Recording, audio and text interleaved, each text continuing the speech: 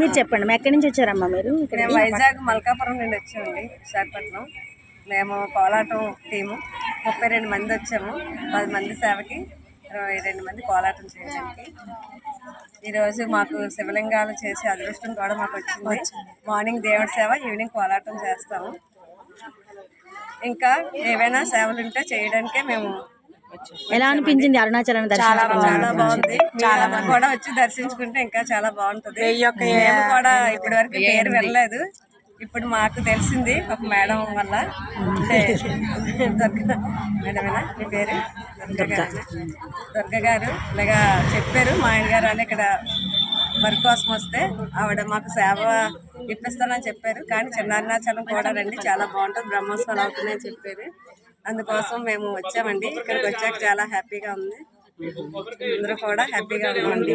భద్రాచలం ఎన్నాళ్ళ నుంచో రావాలని కోరిక, కాకపోతే ఇప్పుడు శివుడు కేశవుడు ఎదురు దర్శనాలు కూడా మాకు జరిగాయి.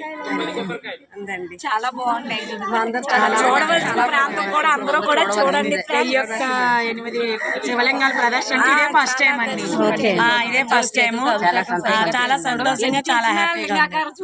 శివుడే కనబడుతున్నాడు ఎక్కడ చూసినా సరే. ప్రతి ఒక్కరి గోపురంలా ఉండి లింగాకారమే కనబడుతుంది. బాగా శివలింగాలకి పంచామృత